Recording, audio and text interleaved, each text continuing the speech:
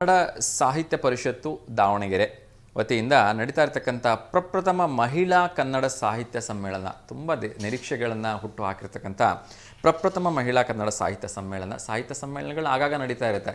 ಆದರೆ ದಾವಣಗೆರೆ ಜಿಲ್ಲೆಯಲ್ಲಿಯೇ ನಡೀತಾ ಇರತಕ್ಕಂಥ ಪ್ರಪ್ರಥಮ ಕನ್ನಡ ಸಾಹಿತ್ಯ ಸಮ್ಮೇಳನ 2026 ಇದರ ಅಂಗವಾಗಿ ಮಹಿಳೆಯರಿಗೋಸ್ಕರ ಹಲವಾರು ಸ್ಪರ್ಧೆಗಳನ್ನು ಏರ್ಪಡಿಸಿದ್ದಾರೆ.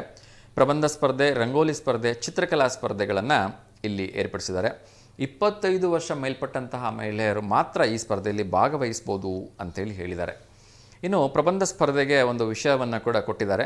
ಆರೋಗ್ಯಕರ ಸಮಾಜ ನಿರ್ಮಾಣ ಮಾಡುವಲ್ಲಿ ಮಹಿಳೆಯರ ಪಾತ್ರ ಅಂತಕ್ಕಂಥ ಒಂದು ಪ್ರಬಂಧ ಸ್ಪರ್ಧೆಯನ್ನು ಏರ್ಪಡಿಸಿದ್ದಾರೆ. ಸೊ ನಿಜಕ್ಕೂ ಕೂಡ ತುಂಬಾ ಇಂಟ್ರೆಸ್ಟಿಂಗ್ ಆಗಿರ್ತಕ್ಕಂಥ ಒಂದು ಟಾಪಿಕ್. ಯಾಕೆಂದರೆ ನಾನು ಸ್ಕೂಲ್ ಡೇಸಲ್ಲಿ, ಕಾಲೇಜ್ ಡೇಸಲ್ಲಿ ಇದ್ದಾಗ ಈ ರೀತಿ ಪ್ರಬಂಧ ಸ್ಪರ್ಧೆಗಳಿದೆ ಅಂದರೆ ಎಲ್ಲಿದ್ದರೂ ಹೋಗ್ಬಿಟ್ಟು ಅಟೆಂಡ್ ಮಾಡ್ತಿದ್ದೆ. ಅಷ್ಟೊಂದು ಖುಷಿ ಕೊಡ್ತಾಯಿತ್ತು. ಈ ರೀತಿ ಒಂದು ಇಲ್ಲಿ ಪರ ವಿರೋಧ ಎರಡೂ ಕೂಡ ಇರುತ್ತೆ. ಒಂದಷ್ಟು ಇಂಟ್ರೆಸ್ಟಿಂಗ್ ಆಗಿರ್ತಕ್ಕಂಥ ವಿಷಯವನ್ನು ಕಲೀಲಿಕ್ಕೆ ಸಿಗುತ್ತೆ. ಸೊ ತುಂಬ ಒಳ್ಳೆಯದು. ಯಾರೆಲ್ಲ ಸಾಧ್ಯವಾಗುತ್ತೆ ಹೋಗ್ಬಿಟ್ಟು ಭಾಗವಹಿಸಿ. ಹೆಸರನ್ನ ನೋಂದಾಯಿಸಲಿಕ್ಕೆ ಒಂದು ಕಾಂಟ್ಯಾಕ್ಟ್ ನಂಬರ್ನ ಕೊಟ್ಟಿದ್ದಾರೆ, ಅದನ್ನು ಹೇಳ್ತಾ ಇದ್ದೀನಿ. 7022002518. ಇನ್ನೊಮ್ಮೆ ಹೇಳ್ತಾ ಇದ್ದೀನಿ, ಕುಸುಮಾ ಲೊಕೇಶನ್ ಅವ್ರ ನಂಬರ್ ಇದು.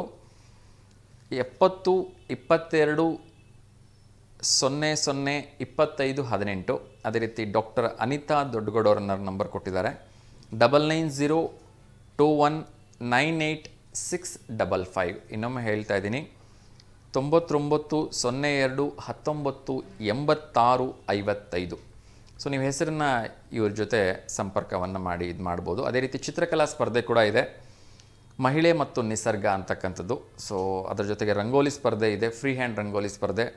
ಸೊ ಈ ಎಲ್ಲ ಸ್ಪರ್ಧೆಗಳಲ್ಲಿ ಹೆಚ್ಚಿನ ಸಂಖ್ಯೆಯಲ್ಲಿ ಭಾಗವಹಿಸಿ ಬಹುಮಾನವನ್ನು ಗೆಲ್ಲಬೇಕು ಅಂತ ಕೇಳ್ಕೊಂಡಿದ್ದಾರೆ. ಸ್ಪರ್ಧೆ ನಡೀತಕ್ಕಂಥ ಸ್ಥಳ ಕುವೆಂಪು ಕನ್ನಡ ಭವನ. ಎಲ್ಲ ಸ್ಪರ್ಧೆಗಳಿಗೆ 45 ನಿಮಿಷ ಕಾಲಾವಕಾಶ ಇರುತ್ತಂತೆ. ಸ್ಪರ್ಧೆಗೆ ಬರ್ತಕ್ಕಂಥವ್ರು paper, pen, pad, rangoli, drawing ಬಣ್ಣ ಎಲ್ಲ ನೀವೇ ತೊಗೊಂಬರ್ಬೇಕಂತೆ. ಒಬ್ಬರು 3 ಸ್ಪರ್ಧೆಯಲ್ಲಿ ಬೇಕಾದರೆ ಭಾಗವಹಿಸ್ಬೋದಂತೆ.